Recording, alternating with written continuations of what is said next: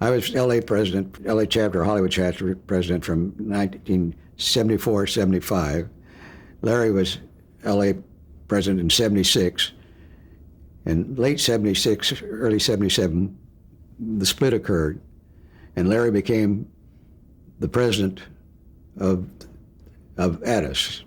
By nature, he hadn't completed his 2-year term, so it made sense for Larry to continue as president. So for almost a full year after we split into two academies, he was the president. So he was the first president of Addis. And you were his second. I was the second, but the first elected president of Addis. So. Did you have a 2-year term then? 2-year term, and it became almost a 3-year term because they decided they used to end the term at just before the Emmys every year, and which wasn't my idea, but which meant that you had a brand. No, anyway, it worked out. You were president out of office just before the Emmys every year, and the board decided on their own that it shouldn't be that way. So they changed the term, and I served actually an extra 8 or 9 months before I went around. They made it on a calendar. Not on a calendar. It used to be on a calendar year. Now it's not on. Now it's on new presidents elected every other October. 2-year terms. You can stay for a total of 4 years. When I was president, you could serve for 2 terms, but they were only 1-year terms. So and you were succeeded by John Mitchell. John Mitchell, right? The biggest issue at the time was to make it a viable organization, which I think we did. And among the things we did to do that is. We didn't go out and recruit members, but we certainly were looking for good, qualified members and bringing them in when they wanted to come in. We did such things as an instrument in making it a viable organization. We started Emmy Magazine in 1979.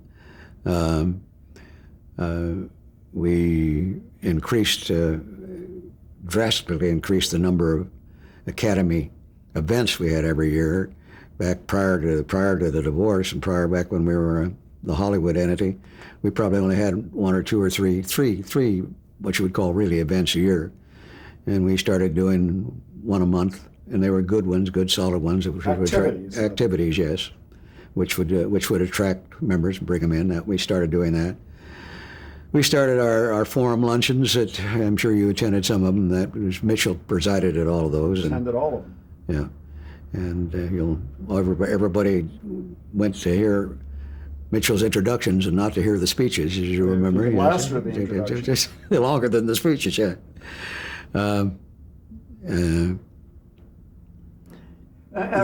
We increased things that I don't really remember things that I'm proud of. I started the student awards. That was my idea when we were there.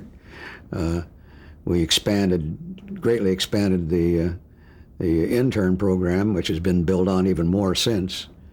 Thing that I take pleasure in looking back on is how we grew the media coverage of the Emmys themselves. And the first year in 1965, I handled the media, both being the volunteer PR person as well as being the person in charge of the media at the event.